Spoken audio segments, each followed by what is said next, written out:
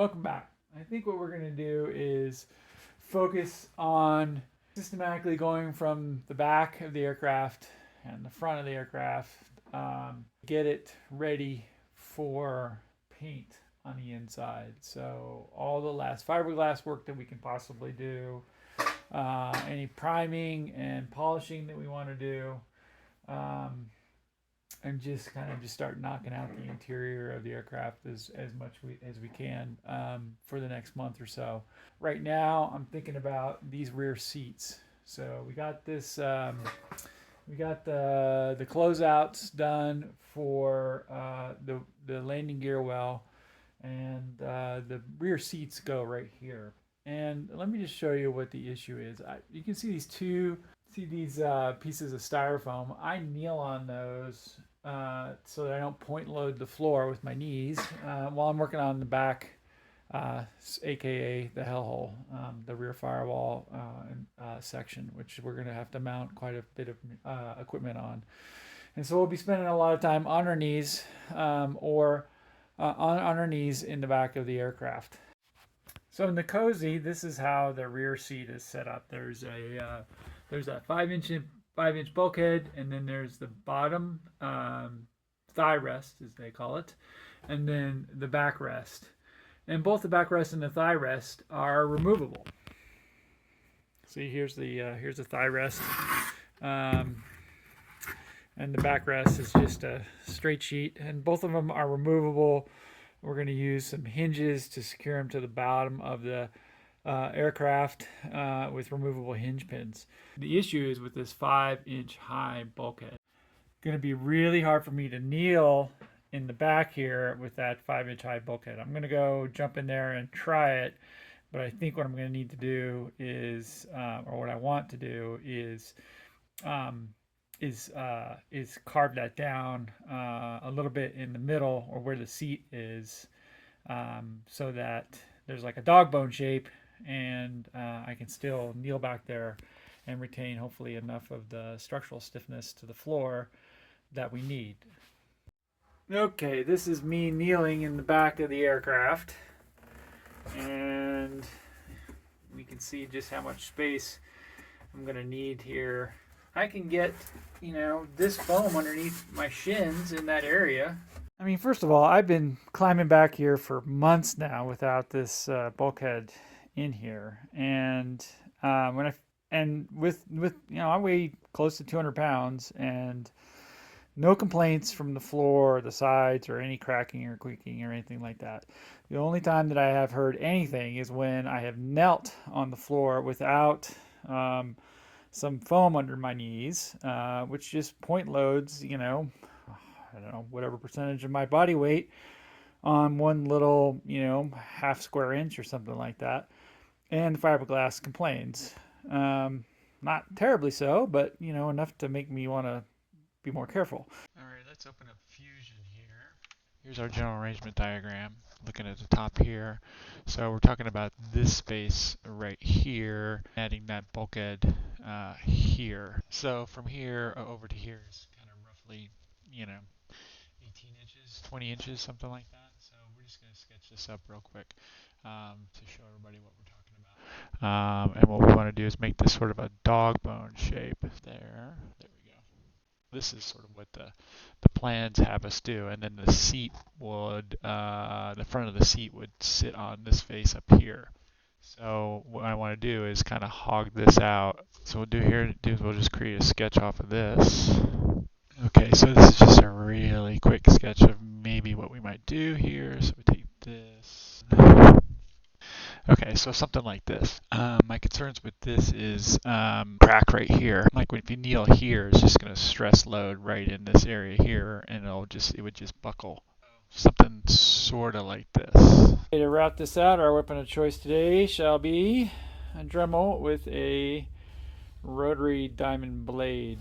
All right, we cut through the layer of glass here on both sides, and now we will just use our utility knife to cut the foam out. I mean, not surprisingly, we've got a little bit of mismatch with this method because you measure on both sides and then cut. Just use some sandpaper and clean that up. It's going to be fine. We'll bond the bulkhead into the aircraft And then we'll take this extra piece and we'll bond it to the seat so that we get a little bit more support or load transfer from the seat onto that bulkhead. We add an additional layer of fiberglass to both sides of these now. By reducing the overall height from 5 inches to 3 inches, we reduce the stiffness and strength, by probably 50%. And by adding these two plies of bid, we probably brought that down to only a loss of maybe 25 to 30% of strength. The stiffness is still, but the stiffness is not that big an issue because we're not talking about huge deflections for a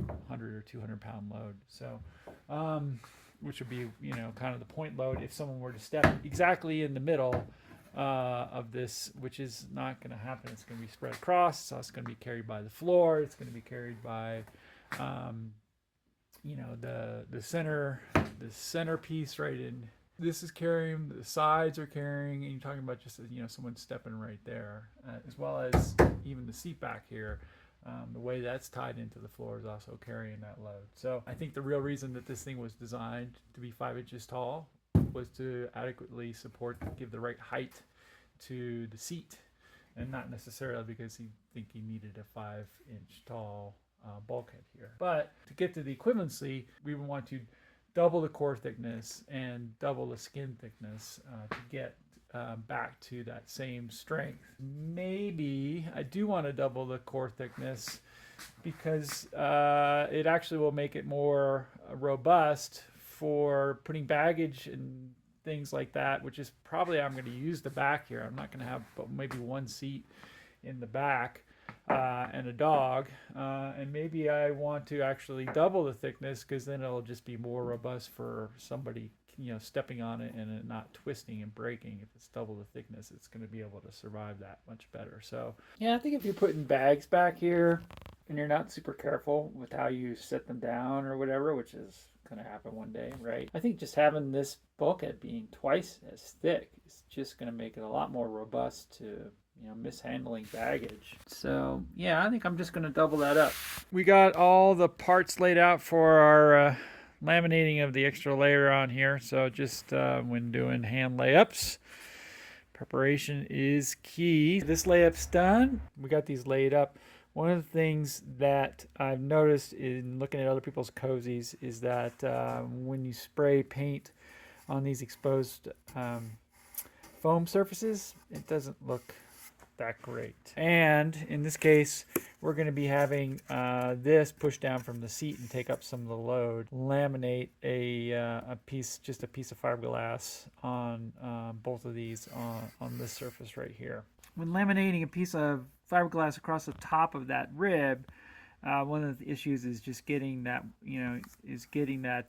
glass to adhere one to the other. Cut a notch out and fill that notch with flock. After a night in the hot box, we'll clean these up. All cleaned up and dry fitted. Something we are going to have to do is just sand the fuselage where all the tapes are going to go so that we get a good adhesion. The peel ply was not applied to the fuselage floor when it was built, so it's pretty glossy. We'll have to rough up the resin pretty good to get a good adhesion. This is a mixture of 1 part resin to 3 parts Cabo flocks. So 50-50 Cabo flocks by volume.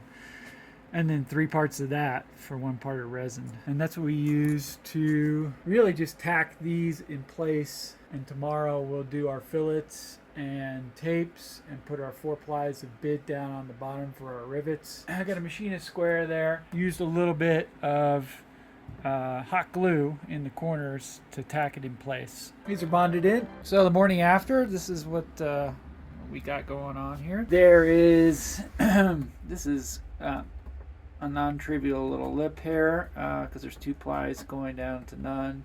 And I didn't use any peel ply, which the peel ply, if you got enough resin in there, will make a nice little bridge. So yeah, I'll either need to put a little filler in there or something and sand that down a little bit. Getting these up.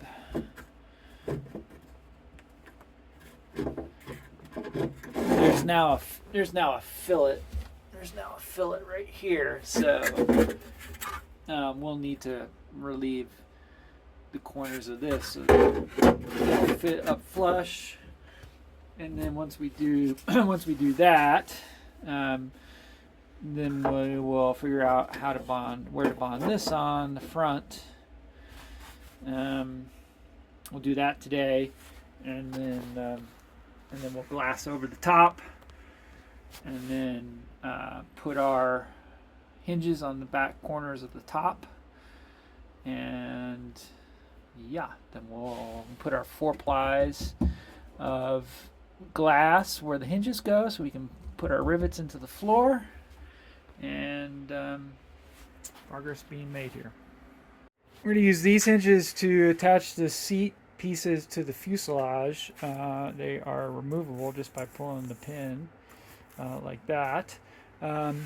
I did an absolutely rubbish job of cutting these out freehand with my bandsaw. Yeah, here's my portable bandsaw table that I used. Just a terrible job. But these I cleaned up and put a little radius on the edges, so that'll look a lot nicer. Yeah, and if you look closely, I stamped these with a number just to keep the 2 sides together. Just remove these rectangles of foam from the seat backs. We will put 4 plies of bid over top of that so that we can then just rivet these on. Let's see where to put the hinge on the seat bottom. On the top or on the bottom, and it really looks like it's on the top, so that means I need to wait in order to put the hinges in. I gotta cover this, which I can't cover this until we have the bulkhead in, because the top skin folds over a little bit and provides like a little bit extra of strength there. There's the front face plates tacked onto the seats with a little bit of flocks. We'll take that off and then we'll glass over the top. We're prepped for layup. It's going to be 2 layers of bid on this with a flocks corner.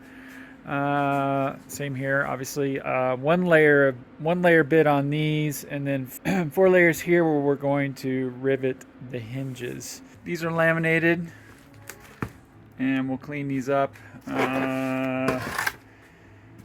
This one's a problem. Just folded under when I was moving things around and I didn't notice, so that's gonna have to get cleaned up and redone. Well, this was kind of a stupid thing. Somewhere in the process, this piece of foam came off or didn't survive, versus you can see what it was supposed to look like that. So that when I laminated this one, I was able to laminate all the way down, but this one had this gap here. And yesterday, instead of taking the time to put something in there and doing it right, I kind of just hoped that it would bridge, and it looked like at first it was going to be not horrible, and then I moved it. Because the hot box wasn't big enough to fit all 4 of these pieces and the heater, and this piece folded under, and this got pushed up against the side over here, and so now I got a bump. It was stupid, but it's composites. We can fix it. Not a problem. And these are all now reasonably cleaned up, so now we just double check that we don't need to do anything more with these 2 pieces.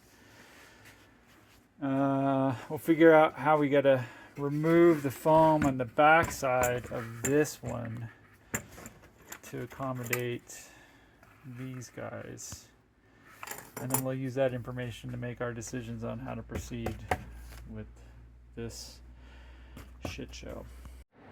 It appears there's no other way around it. I'm just gonna have to really fix this. So yeah, this is what the other one looks like, and it's ready to go. So what we're going to do is we take a piece of cardboard and use a little bit of our favorite instant mold release, and we'll lay up a couple layers of glass here, and then we'll just clamp it like so,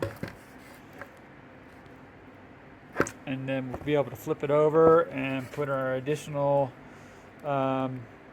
2 layers of glass, extra 2 layers of glass here where we want to have our hinges. Okay, here's the clamping situation we got. Yeah, here's that piece scarfed on. Looks in, I think it came out great. We are riveting on our hinges to the bottoms here. So we just clamp this, drill there, cleco in the center, drill there,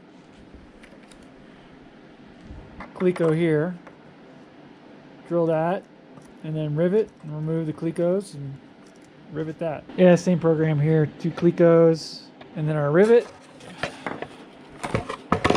Okay, got the first seat temporarily placed in here. Just take these 2 out and then it lifts right out. Okay, these are installed. Yeah, just a couple of workmanship things. I don't know if you can see, but the gap between the hinges, the rear hinges and the front hinges here versus over there, it's about, looks like a little less than a 1/4 inch here, and it's quite a bit. It's almost flush over there. So something somewhere is off. Looks like the top of where the top of the 2 seats impact, touch the back spar is the same, and it looks like where they are front and back is the same. So something about probably these seats are a little different, and I think it's just the fact that if you actually look at the side profiles of these 2 seats, they're not exactly the same. So they're just one's just a little bit stretched versus the other one, and that's what's causing that difference there. We're going to wrap up this episode on installing the rear seats. Thanks for watching. Like and subscribe if you like this content. It can be a reason to keep going forward.